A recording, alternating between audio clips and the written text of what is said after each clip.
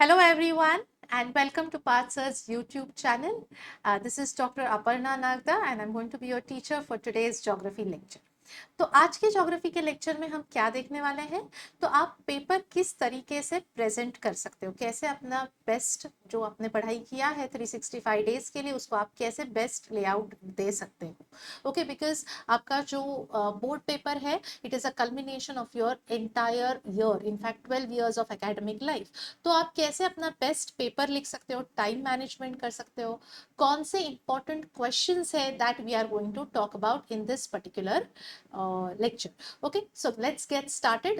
So geography का paper जो है आपका वो 40 मार्क्स का होता है and it is for 2 hours. Okay, तो इस 2 hours में आपका प्रेजेंटेशन करना है, आपको पूरा आंसर्स लिखने हैं, आपको चेक करना है, रीचेक करना है paper. Okay, all that has to finish basically within 1 hour 45 minutes or 50 minutes.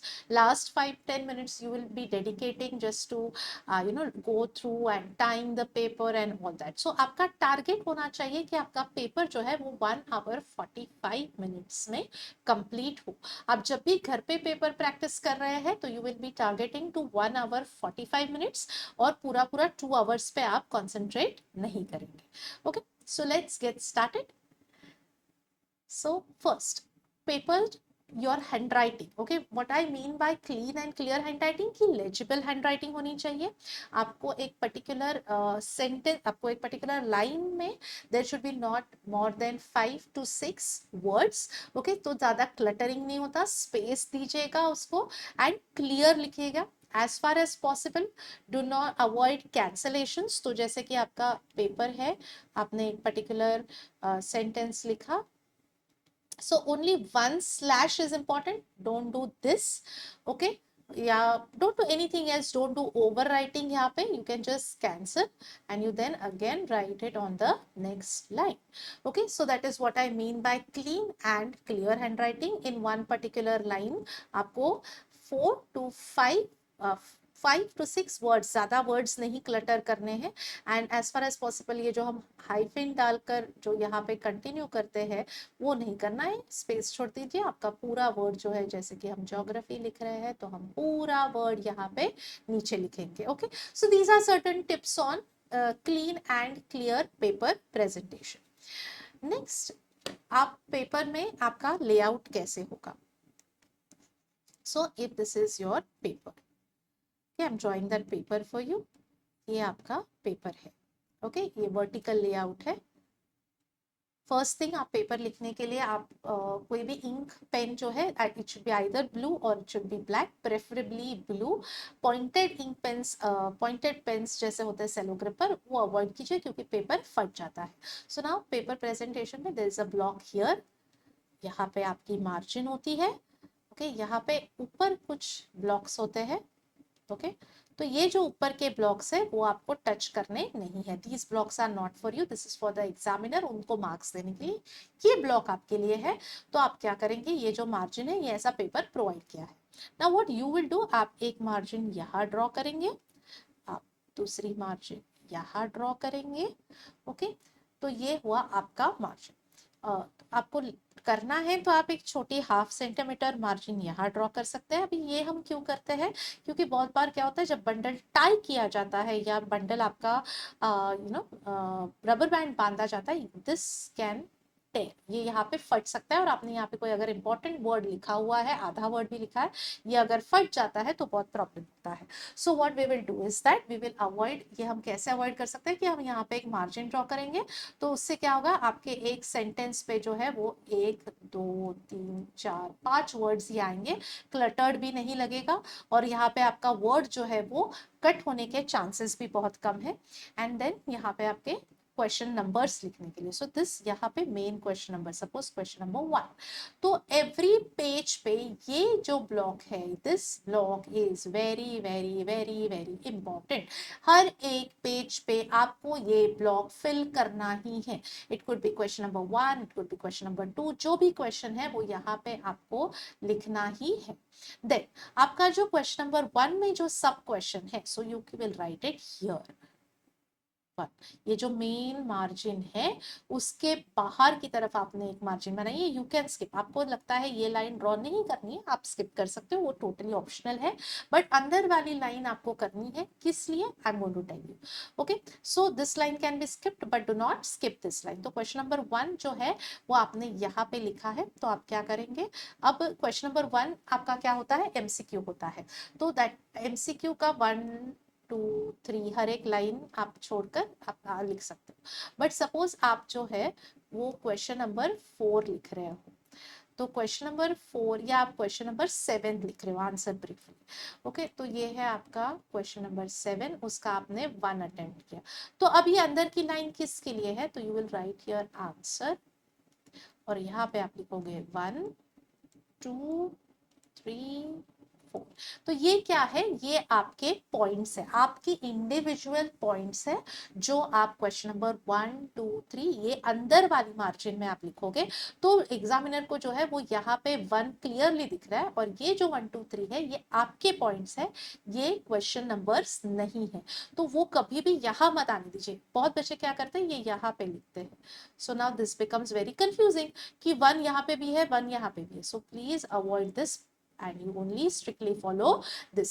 तो अब एक पॉइंटर्स, जब हम पॉइंट लिखते हैं पेपर प्रेजेंटेशन में, तो we are not allowed to do this, nor this, nor this, nor this, nor this। Okay, कोई भी टाइप का symbol, no symbols are use. In fact ये जो है ऐसे वाले रोमन भी हमको यूज करने नहीं है, हमको सिर्फ और सिर्फ क्या यूज करना है? 1 2 3। ओके, स्ट्रिक्टली ये इंस्ट्रक्शन आपको फॉलो करना है। ये आपका फर्स्ट क्वेश्चन पेज है। तो आपको क्या करना है, यहाँ पे बहुत बच्चों को रिलीजियस सेंटिमेंट्स होते हैं, भगवान आपके मन में है, तो प्लीज यहाँ पे कुछ बच्चे श्री लिखेंगे, ओम लिखेंगे, प्लस क्रॉस, व्हाटएवर जो भी सिंबल है, please avoid all these things. we are going to write a geography paper and not any हम भगवान को लेटर नहीं लिख रहे हैं, तो we will try to avoid these kind of stuff on the beginning of our paper। nothing apart from the answer and question numbers should be there on your paper, नहीं तो ये आपका रिवीलिंग आइडेंटिटी का case हो जाता है। So please take care कि आप ऐसे कोई भी सिंबल्स जो है वो आप यूज नहीं करेंगे, आपके बिगिनिंग एंडिंग कहीं पे भी कोई भी पेपर में आप ये वाले सिंबल्स यूज नहीं करेंगे। Okay, so now what else can you look at? 1 question on 1 page. Okay, तो मैंने जैसे कहा कि ये आपका पेपर है, तो यहाँ पे आपने क्वेश्चन नंबर, सो स्टार्टिंग का आपका कौन सा क्वेश्चन होता है? आपका स्टार्टिंग का क्वेश्चन होता है एमसीक्यूज। ओके, तो सारे एमसीक्यूज जो है वो यहाँ पे क्वेश्चन नंबर 1, ये आपका पेज है। सो क्वेश्चन नंबर 1 2 3 4, 4 एमसीक्यूज है। अब बचा हुआ पेज जो है आप कैंसिल कर दोगे, लेफ्ट टू राइट जो है आप इसको कैंसिल करेंगे, और आप क्या करेंगे, इसको ऐसे ही छोड़ देंगे। this particular page will have only 4 questions of MCQs। तो क्वेश्चन नंबर 1 एक पेज पे आएगा, क्वेश्चन नंबर 2 एक पेज पे आएगा, क्वेश्चन नंबर 3 एक पेज पे आएगा, question number 4A and 4B are, 4A is map, तो मैप आप पीछे ही अटैच करोगे।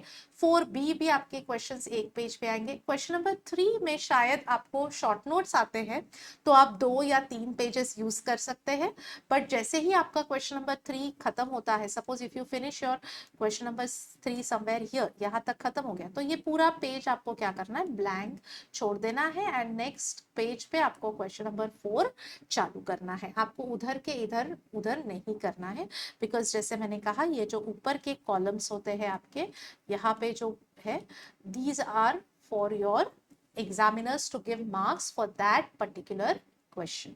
तो क्वेश्चन नंबर 4 आपको अलग पेज पे चालू करना है। MCQs लिखते वक्त आप क्या करेंगे? MCQs में you will always underline. So MCQs अगर आपने लिखे हैं तो मतलब आपको लिखने ही है। So when you are talking about MCQs, आपको MCQs में you have to underline with the same ink pen. You have to not use a pencil, pencil आपको यूज करनी नहीं है। तो ये आपका पेज है, तो आपका MCQs जो है ना, MCQs लिखते वक्त बहुत बार होता है कैपिटल ऑफ इंडिया, ओके, गलती से आपने कैपिटल ऑफ इंडिया को पंजाब लिख दिया, राइट? तो अब आपने ये किया है, ये गलत है, आपको लेटर ऑन रियलाइज होता है, तो what you have to do is simply slash this. ऐसा करेंगे आप? नो, यू विल नॉट, ये पूरा ऐसा भी आप नहीं कर सकते। तो if you are doubtful in MCQs, तो आप क्या करेंगे, आप सिर्फ उसको ब्लैंक छोड़ देंगे। आप क्या करेंगे, आप सिर्फ लिखेंगे वहां पे कैपिटल ऑफ इंडिया, और आप उस चीज को ब्लैंक छोड़ देंगे, and then at the end you can come and write the correct answer.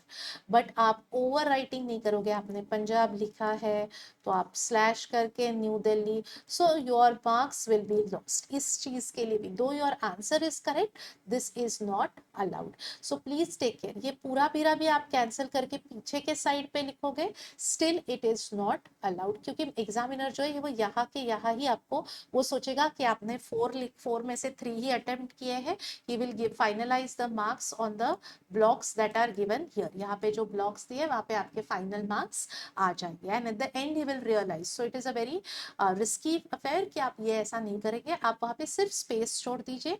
If you are very doubtful about your MCQs, जो आपको नहीं होना चाहिए ideally, तो आप क्या करेंगे, आप sentences लिखकर आंसर के लिए space छोड़ देंगे, and then you will come back to that particular question at the end. जब आपका पूरा पेपर सॉल्व हो गया है, आप रिलेटिवली स्ट्रेस फ्री हो, तो you come back, but you will right it in the beginning.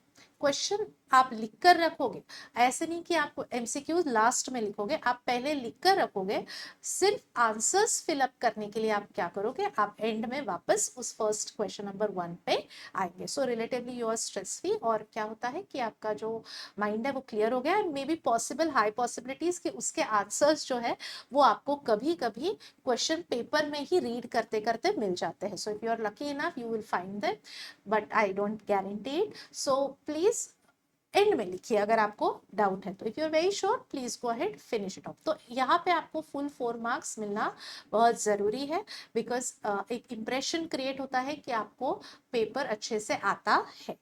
Okay, next we will talk about you need not write options. आपको ऑप्शंस लिखने की जरूरत नहीं है, ABCD जो भी करेक्ट ऑप्शन है, और करेक्ट ऑप्शन लिखते वक्त उसका जो इनिशियल है, मतलब जैसे कि बी आंसर में न्यू दिल्ली है, तो आपको क्या करना है, बी वहां पे लिखना है। आप क्या लिखोगे, कैपिटल ऑफ इंडिया लिखोगे, कैपिटल ऑफ इंडिया आपने लिखा, आपने स्पेस छोड़ दिया यहाँ पे, okay, and then when you write the answer, आपने यहाँ पे स्पेस छोड़ा है, अभी आंसर लिखते वक्त यहाँ पे आपने आंसर लिखा है, and you will write B, sorry, you will write B New Delhi. तो जो भी उसका इनिशियल है उसको आप मेंटेन करोगे। Okay, so this is how you will be writing, you will be writing the answer, that is New Delhi. तो initial आपको उसका maintain करना है। You will write the full sentence, you will just not write 1B new Delhi, ऐसे नहीं लिखोगे आप पूरा सेंटेंस लिखोगे, नीचे के लाइन पे जाओगे, फिर वहां पे बी लिखोगे और New Delhi. So that is how you will attempt your MCQs। Options आपको लिखने नहीं है। Try to follow the main order of the question. Main order का मतलब क्या है, जैसे क्वेश्चन नंबर 1 है, 2 है, 3 है, 4 है, 5 है, इसको आप फॉलो करने की कोशिश कीजिएगा। ओके, आप कहीं पे भी 1 लिखने के बाद 4 और फिर 5 और फिर 2 ऐसे नहीं करेंगे। As far as possible please try to follow the order of the main question number.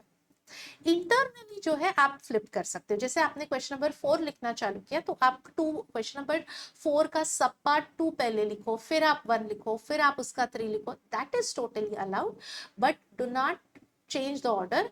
अगर गलती से होता है तो still okay, but from paper presentation point of view and scoring point of view please do not fiddle with the main question number. Please do not attempt options. Okay, आपको board क्यों दे रहा है, you have a choice, and wherever you have a choice please exercise your choice. जहाँ पे आपको एक freedom दिया हुआ है चूज करने के लिए, आप उसको चूज कीजिए। आपको एनी 5 में से एनी 3 अटेम्प्ट करना है, प्लीज राइट द बेस्ट 3। ना कि आप पांचों पांच लिखो और आप बोर्ड को बता दो कि भाई तू करेक्ट कर ले कोई भी तीन. Okay, so that looks very rude. So as far as possible please stick to 3 questions out of 5. 3 कोई भी हो सकते हैं आपके चॉइस के. अगर आपको 3 में से भी 2 बेस्ट आ रहे हैं and you are not very sure which one you are going to, the third one which you are going to write, तो आप स्पेस छोड़ दीजिए. Again I am telling you, space छोड़ दीजिए and after completing the whole paper come back to it again. ना कि आप question number 4 1 और 2 एक जगह पे लिखे, फिर आप 5 लिखे, फिर 6 लिखे और फिर जाके क्वेश्चन नंबर 4 का 3 लिखे. Not allowed, please don't do that. तो आप वहीं पे स्पेस छोड़ दीजिए ताकि आप क्या कर सकते हो, आप वो अगर आपको नहीं भी याद आता है बाद में, you can just left to right का आपका जो कैंसलेशन है वो आप करके फ्री हो सकते हो. In case you are very sure of the options as well and you wish to write the options, तो एग्जामिनर जो है ना वो आपके ऑप्शंस के लिए कुछ बॉदर नहीं करेंगे. पर moderation level, so when does a geography paper go for moderation, जब आप 35 क्रॉस करते हो, तो जैसे आपको 38 39 मिले हैं, 40 आउट ऑफ 40 मिले हैं ज्योग्राफी में, which is very much possible, तो आपका पेपर मॉडरेशन में जाता है. तो बाकी सब तो आपका करेक्ट ही है, इसलिए आपको 40 मिले हैं, परफेक्ट है पेपर. तो अब मॉडरेटर जो क्या करेगा, वो आपके जो ऑप्शंस है उसमें खामियां निकालेंगे. उसमें देखेंगे कि भाई इसको तो हमने दिया था, ऑप्शन दिया था, तो क्यों इसने लिखा है, is this fellow very sure, इसको आता है क्या सब कुछ. तो let's look at the options. तो मॉडरेशन लेवल में वहां पे आपका 40 का 39 हो सकता है. So please please pay attention कि अगर आप लिख रहे हो, you are super confident, only then attempt, otherwise don't take the risk of writing options. Okay, so that is how we are going to attempt the questions. फिर match the column के लिए हम क्या करेंगे कि मैच द कॉलम का layout जो होगा अपना कुछ ऐसे होगा. मैच द कॉलम में हम जो है वो एक कॉलम ए पहले लिख लेंगे एंड कॉलम बी में है ना, अगेन जैसे हमने एमसीक्यू में उसके ये आपका पेपर है, तो ये है आपका, आपने यहाँ पे लिखा question number 2 which is match the column, आपने यहाँ पे लिख दिया. अच्छा, मेन क्वेश्चंस भी आपको लिखने की जरूरत नहीं है, ये मैच द कॉलम वगैरह ये चीज भी लिखने की जरूरत नहीं है. Please do not waste your time. ये मेन क्वेश्चन आपने नंबर लिख दिया है, सफिशिएंट है, एग्जामिनर को समझता है. तो आपने लिखा यहाँ पे column A, this is column B.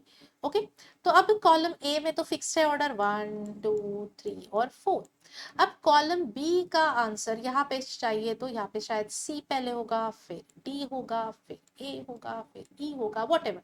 Okay, तो ये जो है उसको आप चेंज नहीं करोगे. ये जो आंसर है, सपोज यहाँ पे पंजाब है और यहाँ पे 150 सेंटीमीटर रेनफॉल है, यहाँ पे डेसिडुअस फॉरेस्ट है, व्हाटएवर.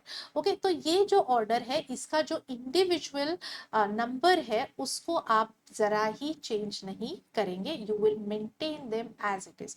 ये तो आपका फिक्स्ड है, तो इसके अकॉर्डिंगली आप उसको ए करने नहीं जाओगे या इसके अकॉर्डिंगली आप उसको बी नहीं करने जाओगे. उसका इंडिविजुअल जो लेटर है उसको आप वैसे के वैसे ही लिखोगे और आप डायरेक्ट आंसर्स लिखोगे.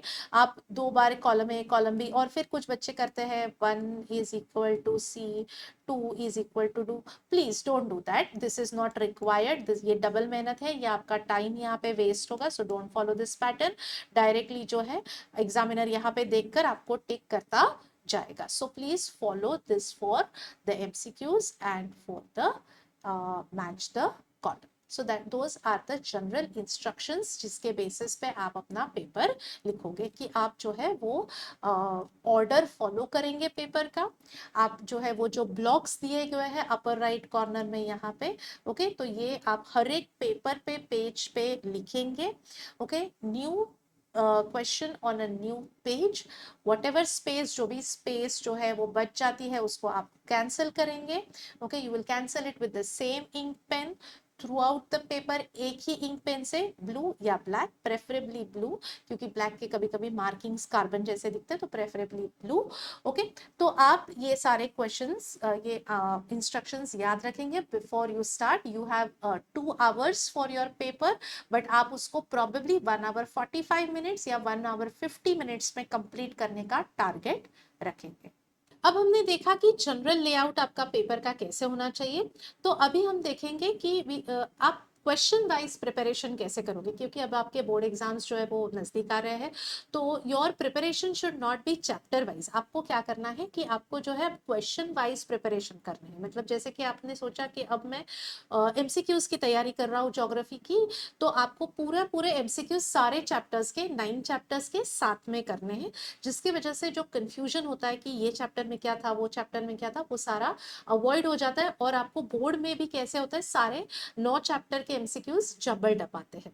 तो the first step towards studying for MCQs जो है वो क्या करना है कि रीडिंग ऑफ योर चैप्टर। आपको आपका चैप्टर बहुत थरली रीड करना है और इंपॉर्टेंट क्वेश्चंस जो है उसको अंडरलाइन, या इंपॉर्टेंट सेंटेंसेस, क्वेश्चंस तो आपको नहीं मालूम बट जो इंपॉर्टेंट सेंटेंसेस होते हैं उसको अंडरलाइन करना है।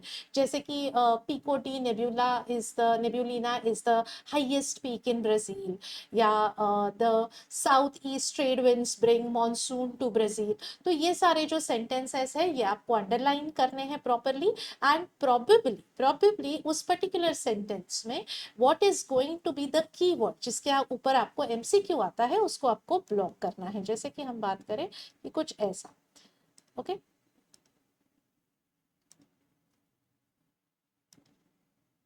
ओके तो आपका जो टेक्स्ट बुक है उसमें आपने ऐसे अंडरलाइनिंग की है, एंड जहाँ पे भी पीको डी नेबुला आता है आप उसको ऐसे बॉक्स में डालेंगे, या आप उसको हाइलाइटर से अंडरलाइन करेंगे। तो पूरा जो टेक्स्ट बुक है वो अंडरलाइन भी होगा, प्लस वो जो कीवर्ड है which can probably be your MCQ, जो आपका प्रोबेबली एमसीक्यू होगा, उसको आप क्या करेंगे, उसको ऐसे बॉक्स में डालेंगे।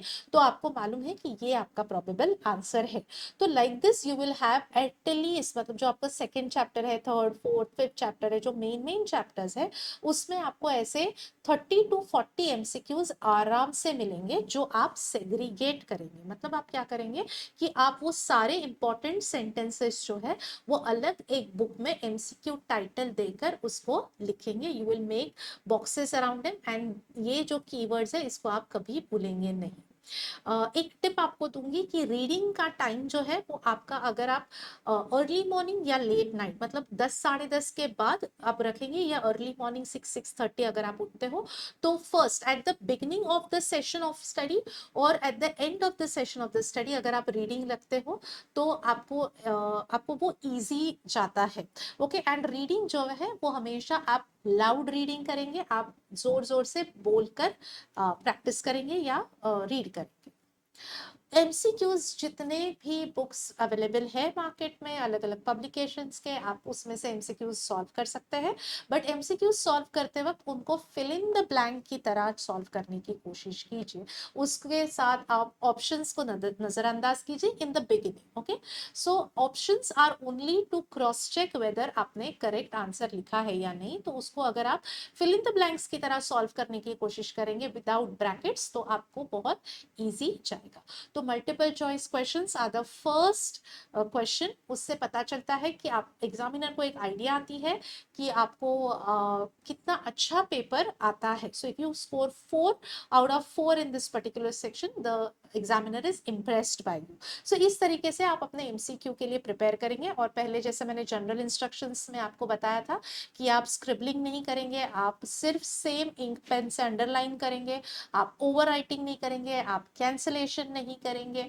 ओके, ये सब में आपके मार्क्स जा सकते हैं, एंड 1 पेज पे सारे 4 के 4 एमसीक्यूज आपके आ जाने चाहिए ना। The next is your question जो है इसमें आपको अलग अलग चीजें पूछ सकते हैं। Either of the things will be asked. Match the column पूछ सकते हैं, या फिर अरेंज इन करेक्ट सीक्वेंस पूछ सकते हैं, या ऑड मैन पूछ सकते हैं। अभी मैच द कॉलम कैसे पूछते हैं ये मैंने आपको बता दिया है कि कॉलम ए और कॉलम बी कैसे करना है।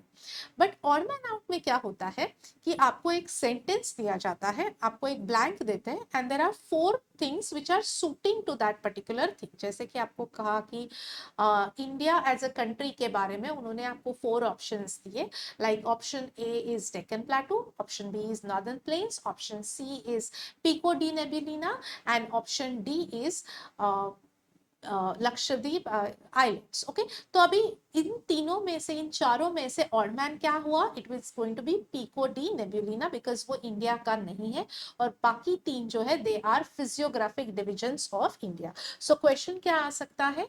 Physiographic divisions of India, and then you have 4 options, और उस 4 ऑप्शंस में एक ऑप्शन इंडिया का नहीं होगा या उसका फिजियोग्राफिक डिवीजन नहीं होगा। Okay, so that is how you have to odd man out आपको करना है। आपको क्राइटेरिया दिया गया रहेगा और उसके बाद आपको 4 ऑप्शंस दिए होंगे, जिसमें से एक ऑप्शन जो है, you do not have to write the reasons. अगर उन्होंने नहीं लिखा है कि give reason for your answer, तो please do not write reason, सिर्फ ऑड मैन आउट लिखकर आप छोड़ सकते हैं। मेन क्वेश्चन लिखने की भी जरूरत नहीं है। आप जब जस्ट क्वेश्चन नंबर 2 लिख रहे हैं तो आप सिर्फ क्वेश्चन नंबर 2 लिखकर आप उसके 1 2 3 4 ऑड मैन आउट्स लिखकर छोड़ सकते हैं। So that is what is going to be your approach for question number 2. तो उसके लिए हम प्रिपरेशन कैसे करेंगे? तो आपके टेक्स्ट बुक के पीछे जितने भी ऑब्जेक्टिव्स है उसको आप पहले थरली सॉल्व करेंगे, लिख कर, बाय हार्ट करके। कोई स्पेलिंग मिस्टेक नहीं होनी चाहिए इसमें, बिकॉज आप ऑड मैन आउट जो है वो पेपर से, अगर पेपर में गलत टाइपिंग एरर है तो it is allowed, otherwise it is not allowed. अगर आपने सही भी स्पेलिंग लिखा, मतलब गलत स्पेलिंग लिखा है और आंसर सही है, your answer will be wrong. So please take care to copy whatever spelling is given in the question paper. Question paper में गलत है तो you will be given benefit of doubt, आपको मार्क्स मिल जाएंगे।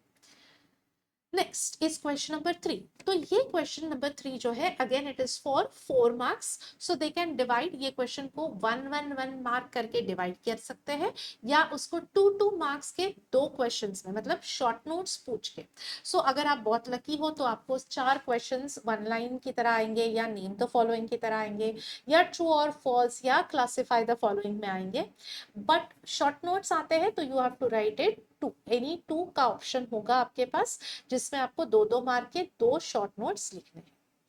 Now as far as the important short notes from each chapter are concern, तो मैंने इसके अलग से आपको आईएमपी क्वेश्चंस अलग प्रोवाइड किए गए हैं, तो आप उसमें रेफर कर सकते हैं। I have segregated the question wise layout of IMP questions, तो please refer to that.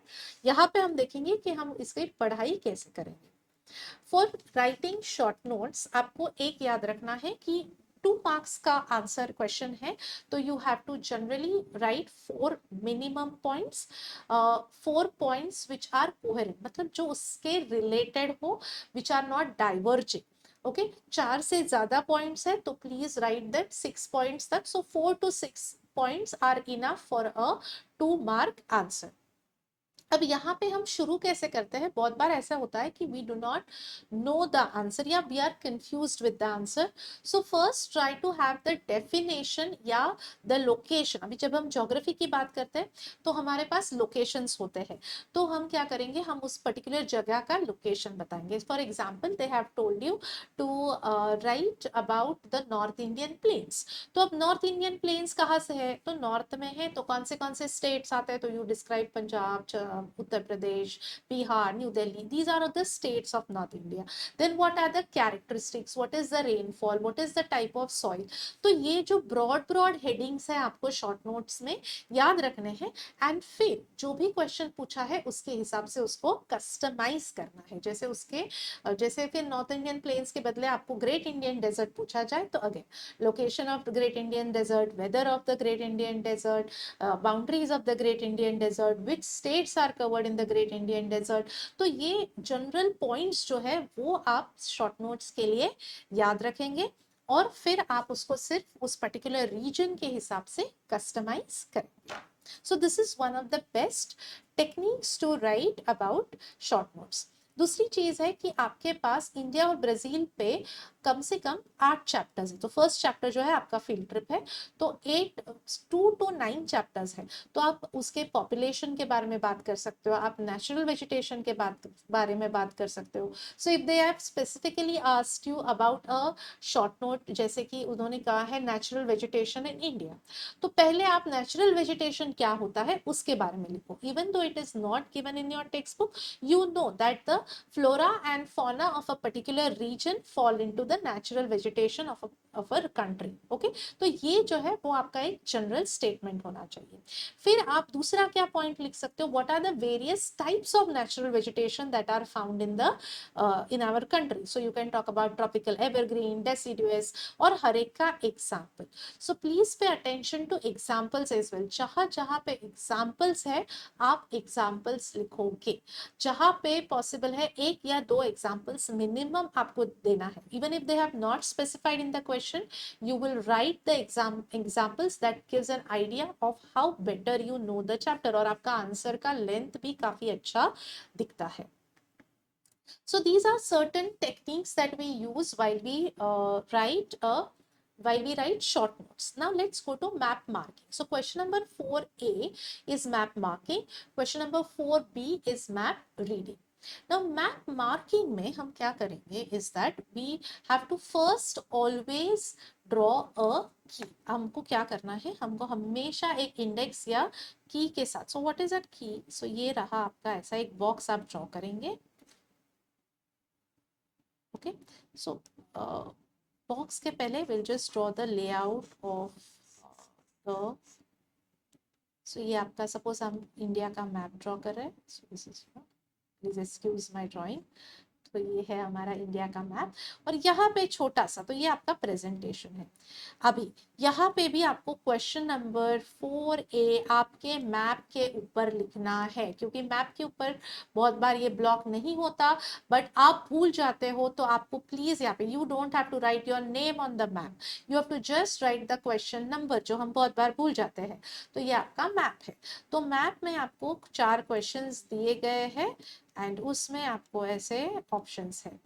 Okay, so fourth option, सो आप जब भी ड्रॉ करते हैं आपको जैसे फर्स्ट ऑप्शन है हिमालयाज, तो आप यहाँ पे हिमालयाज, अभी यहाँ पे आप क्या करेंगे, आप यहाँ पे कोई भी ऑर्डर नहीं चेंज करेंगे। आप यहाँ पे पहला 2 फिर 1 फिर 4, you will not do, you will follow the chronological order of the map. तो यहाँ पे जैसे कि हिमालयाज यहाँ पे है, तो आप यहाँ पे यूज करेंगे ये ऐसा।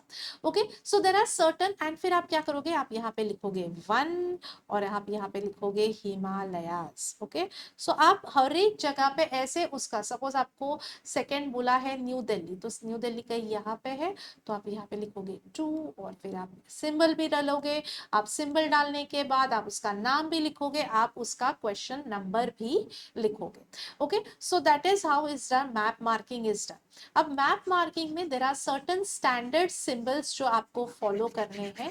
तो what are the standard symbols, जैसे कि आपको कैपिटल पूछा है, स्टेट पूछा है, तो आई एम अटैचिंग मैं यहाँ पे आपको दिखा रही हूँ और कि ये जो है ये कैपिटल के लिए यूज होगा ये सिंबल जो है, फिर माउंटेन्स के लिए ये सिंबल्स यूज होंगे।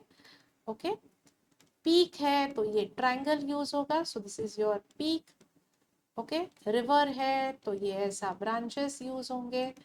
ओके, देन सी है।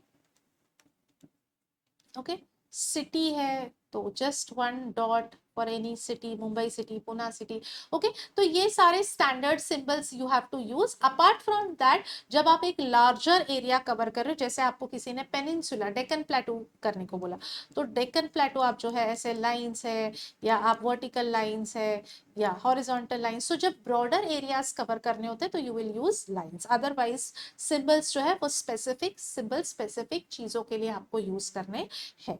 Okay, now next map marking में जो है you will use only pencil. यहाँ पे आप पेन नहीं यूज करोगे, आप एक अच्छी पेंसिल, प्रेफरेबली नॉर्मल जो हमारी जो नटराज की या अप्सरा की पेंसिल होती है वो यूज करेंगे। हम पेन पेंसिल नहीं यूज करेंगे दो चीजों के लिए। पेन पेंसिल से क्या हो जाता है कि आपका जो ड्राइंग है वो लाइट भी आता है काफी बार, एंड सेकेंड इज दैट कि वो फट भी जाता है या पेंसिल्स टूट भी जाते हैं। तो please use a proper sharpen pencil, normal HB pencil जो हम 2B पेंसिल जो यूज करते हैं नटराज या अप्सरा की व्हाटएवर, तो वो यूज करनी है। तो यहाँ पे मैप मार्किंग जो है वो पेंसिल से होगा, normal no coloured pen is allowed. So refer to standard symbols. Now there are about 8 chapters जिसमें से आपको 4 चैप्टर्स है जो मैप मार्किंग के लिए इंपॉर्टेंट है। सो चैप्टर नंबर 2, 3, 4 और 5 बहुत इंपॉर्टेंट है। लास्ट के चैप्टर्स इकोनॉमी और पॉपुलेशन भी इंपॉर्टेंट है map point of view, but 2, 3, 4, 5 में से जैसे फिजियोग्राफिक डिविजन्स है, क्लाइमेट चैप्टर है, रिवर्स ऑफ इंडिया है, इसमें से आपको ज्यादा से ज्यादा पूछा जाएगा।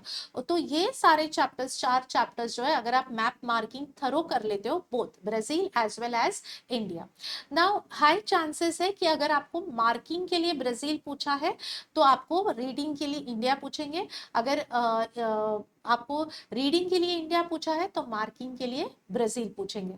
सो हाई चांसेस कि अभी तक देखा गया है कि मार्किंग में इंडिया पूछते हैं और रीडिंग में ब्राजील पूछते हैं। तो प्लीज आप अपनी प्रैक्टिस जो है वो ज्यादातर इंडिया मैप्स की कर लीजिएगा, क्योंकि इंडिया ज्यादा बार बोर्ड में आ चुका है और इंडिया अपना कंट्री है। So it is high possibility that they will ask you map marking India and map reading के लिए it will be Brazil. If you are very lucky तो दोनों भी इंडिया आ सकता है। अब मैप मार्किंग ऐसी चीज है ना कि आपको वो जनरल फॉर्मेट में कब पढ़नी है।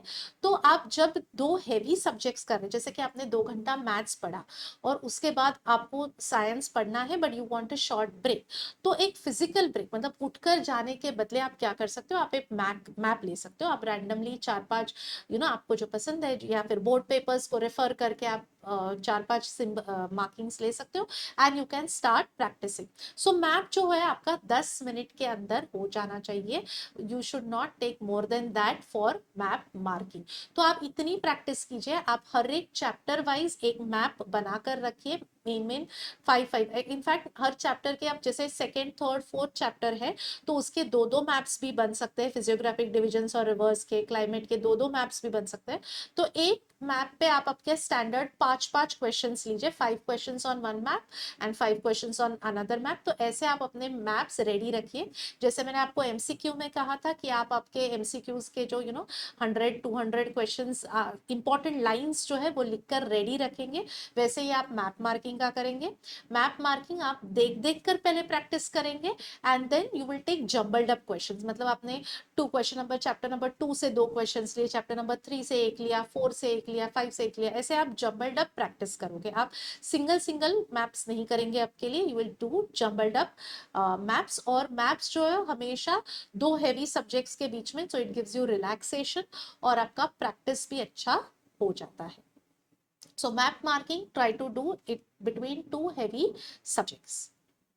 ना मैप रीडिंग में आपको क्या करना है, मैप आपको ऑलरेडी प्रोवाइड किया गया है। तो जो कौन से इंपॉर्टेंट मैप्स है वो मैंने अपने आईएमपी क्वेश्चंस में आपको विद फिगर्स दिए हुए हैं, तो you can refer to that. और map reading, most of the chapters begin with map reading, तो आपको टेक्स्ट बुक में ही ऑलरेडी क्वेश्चंस दिए गए हैं जहाँ पे नीचे, तो वो ज्यादातर प्रैक्टिस कीजिए। एक्स्ट्रा क्वेश्चंस जो है वो आप बाकी मार्केट में जो बुक्स अवेलेबल है वहां से ले सकते हैं, but first please refer to textbook. Textbook को ज्यादा इंपॉर्टेंस दीजिए। हर एक चैप्टर के बिगिनिंग में, मिडल में मैप्स और उसके ऊपर मैप रीडिंग के क्वेश्चंस ऑलरेडी प्रोवाइडेड है। और कौन से मैप रीडिंग के मैप्स है और कौन से मैप्स मैप मार्किंग के है, ये मैंने अपने आईएमपी क्वेश्चंस में ऑलरेडी डाल दिया है। So this is again for 4 marks. So जो आपके एमसीक्यूज के 4 मार्क्स थे वो आपको फुल आ जाने चाहिए। मैप मार्किंग के 4, सो 4 + 4 8 एंड +4 दिस इज 12। तो अभी तक हमने जो 12 मार्क्स का किया वो आपके कंप्लीट आने चाहिए। इनफैक्ट मैच द कॉलम का भी 4 marks should be in your pocket, so that is 16 marks. Okay, और प्लस आपका जो 1 लाइन का क्वेश्चन रहता है that is 4 marks, so that is 20 marks. तो अभी तक हमने जो 20 मार्क्स डिस्कस किए वो आपके फुल आने चाहिए। सो 40 में से 50% paper is very very simple अभी तक। Next is going to be geographical reasons. Okay. Now, when we talk about geographical reason, यहाँ पे हम क्या करेंगे, ये सारे important questions chapter wise कौन से आ सकते हैं वो भी मैंने IMP में provide किए गए हैं। Geographical questions जब हम बात करते हैं तो geographical questions में please write to the point। आपको 2 marks का question है तो attempt मतलब 2 marks के लिए 4 to 6 points are more than enough। And please अगर कुछ क्वेश्चंस ऐसे होते हैं जहाँ पे 2 पॉइंट्स ही है, नो वरीज, तो प्लीज डोंट इलैबोरेट मोर। उसमें 2 पॉइंट्स है तो सिर्फ 2 पॉइंट्स लिखिए, तो वहां पे आपको 1 मार्क पर पॉइंट रहेगा। जहाँ पे 4 to 6 पॉइंट्स है वहां पे ½ पॉइंट पर मार्क रहेगा। Now, question number 6 is graph marking और graph reading. Okay, तो graph marking जो है उसमें आपको क्या करना है, you will be given आपका जो हमेशा आप statistics जो मैथ्स में पढ़ते हैं उससे जैसा एक ग्राफ दिया जाएगा और आपको x एक्सिस y एक्सिस डाल के बार डायग्राम्स बनाने हैं. तो यहाँ पे ग्राफ मतलब क्या है, तो it is bar diagrams. Okay, तो आपको लिस्ट दी गई रहेगी टेम्परेचर्स इन इंडिया या रेनफॉल इन ब्राजील और आपको उस पर प्लॉट करना है taking a unit. Now I would suggest, personal opinion है ये मेरा, कि आई वुड सजेस्ट कि आप ज्यादा प्रेफरेंस ग्राफ रीडिंग को दो, क्योंकि आपको सेंटेंस फॉर्मेट में लिखना है और आपके मार्क्स, मतलब अगर आपने कहीं डेसिमल में मिस्टेक कर दी तो बोर्ड उसको लेट गो कर देता है. जैसे कि आपका आंसर है the temperature, the ideal answer is 36.2 degree Celsius और आपने सिर्फ 36 डिग्री सेल्सियस लिखा, कोई बात नहीं, बोर्ड आपको वो मार्क्स दे देता है. बट अगर आप जब ग्राफ प्लॉट करते हो और उसमें आपने 19-20 कर दिया, उसमें आपका 1 सेंटीमीटर हाफ सेंटीमीटर इधर उधर हो गया, तो आपका हाफ मार्क कैंसिल हो जाता है. तो प्लीज ट्राई टू से टू इट कि आप ग्राफ रीडिंग कर दो, क्योंकि जो पीछे के चैप्टर्स है जैसे कि पॉपुलेशन है, इकोनॉमिक्स एंड ऑक्यूपेशन है, तो यहाँ पे आपको ग्राफ्स दिए गए हैं और आपको उसकी प्रैक्टिस भी है, पाई चार्ट्स भी है, तो आपको उसकी प्रैक्टिस हो जाएगी अच्छे से.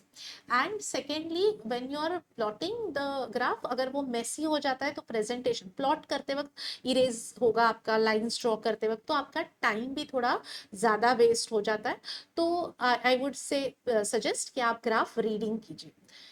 यहाँ पे भी please attempt only one question. आप ग्राफ मार्किंग और ग्राफ रीडिंग दोनों भी मत कीजिए, it is very tedious. Make it very simple for the examiner to correct your paper. Please do not waste his or her time in correcting your paper. तो आप सिर्फ दो में से एक ही अटेम्प्ट कीजिएगा. List of it has been provided in the IMP questions. So अगर आपका statistics algebra में ये chapter अच्छा है तो आप graph marking कर सकते हो, otherwise please stick to graph reading. ये मैंने extra graphs कौन से आ सकते हैं टेक्स्ट बुक में मेरे IMP में दिया हुआ है. And solve all the questions that are given below the graph from the textbook itself. Now, answer in detail. Now, this is the biggest question जो आता है, 4 मार्क्स का आता है. तो यहाँ तक आपने देखा, मतलब 36 मार्क्स का जो पेपर है वो काफी ऑब्जेक्टिव टाइप है. It is only answer in detail, जहाँ पे 36 नहीं 32 मार्क्स का पेपर जो है that is objective type. Answer in detail आपको एनी 2 अटेम्प्ट करने, दैट इज 4 मार्क्स की. So let's go a little detail into कैसे टाइप के क्वेश्चंस यहाँ पे आते हैं. तो first thing that they mostly ask type of questions is similarities and differences in the countries. Okay, 2 countries दिए हैं आपको, तो वो है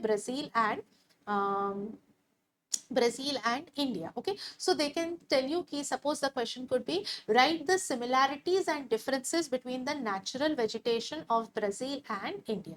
अब ध्यान दीजिए कि उन्होंने क्या लिखा है, similarities पहले लिखा है कि differences पहले लिखा है.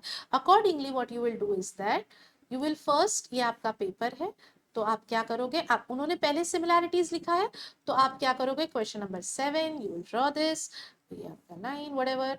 ओके, एंड देन यहाँ पे आप लिखोगे सिमिलैरिटीज. ओके, तो ये सिमिलैरिटीज जो है वो आप पहले 1 2 3 जो भी पॉइंट्स है, मतलब प्रेफरेबली 4 पॉइंट्स, बिकॉज आप 4 मार्क्स का आंसर है तो यू शुड हैव 8 पॉइंट्स. तो आपका सिमिलैरिटीज यहाँ पे खत्म हो गया. यू कैन लीव 1 लाइन, यहाँ पे लिखो आप डिफरेंसेस.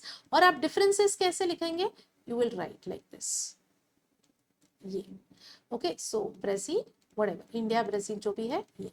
सो आप डिफरेंसेस जो है वो प्रॉपरली डिस्टिंग्विश बिटवीन के फॉर्मेट में लिखेंगे. एंड 1 2 3 4.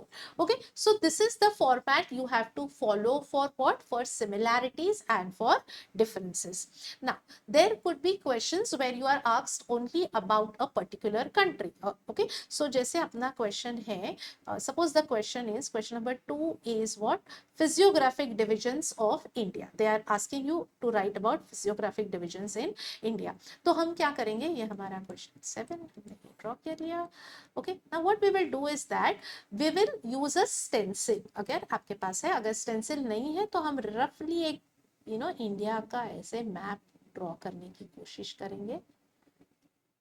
ओके, ना what are the various physiographic divisions, तो हम यहाँ पे 1 2 3 4 जो सारे फिजियोग्राफिक डिविजन्स है वो लिखेंगे। हम यहाँ पे मैप पे, ये अपना पेपर है, okay, this is not map marking, this is answer briefly I am telling you. तो पहला डिवीजन क्या है, द हिमालयाज, तो हम यहाँ पे हिमालयाज लिखेंगे भी और हम हिमालयाज को मार्क करेंगे। फिर उसके बाद आते हैं अपने नॉर्दर्न प्लेन्स, तो हम नॉर्दर्न प्लेन्स यहाँ पे लिखेंगे और हम मार्क करेंगे।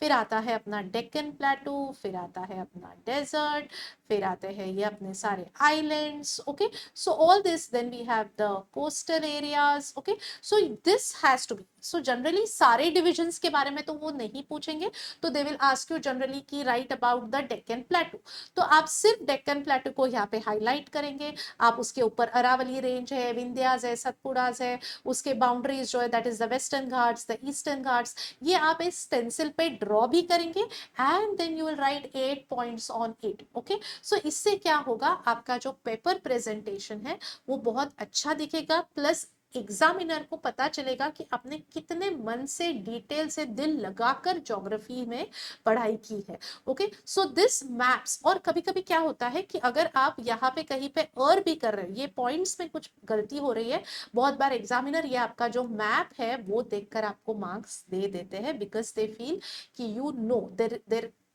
वेरी लिटिल चांसेस कि आप इधर कुछ मिस्टेक कर सकते हो, तो ये मैप्स देखकर दिल बहुत खुश हो जाता है और वहां पे ही आपको 4 मार्क्स मिल जाते हैं, okay. So please take care कि ये 2 टाइप के क्वेश्चंस आ सकते हैं आंसर ब्रीफली में। So that is how our answer in detail goes.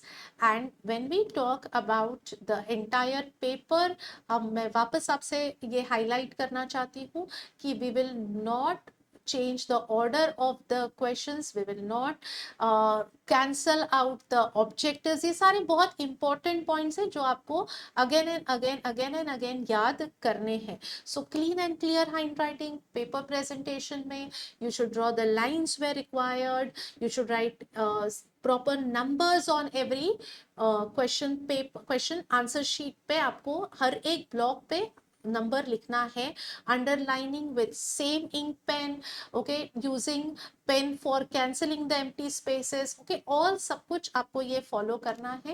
And I am sure that you will excel in your board exams with flying colours. Thank you so much, bye bye.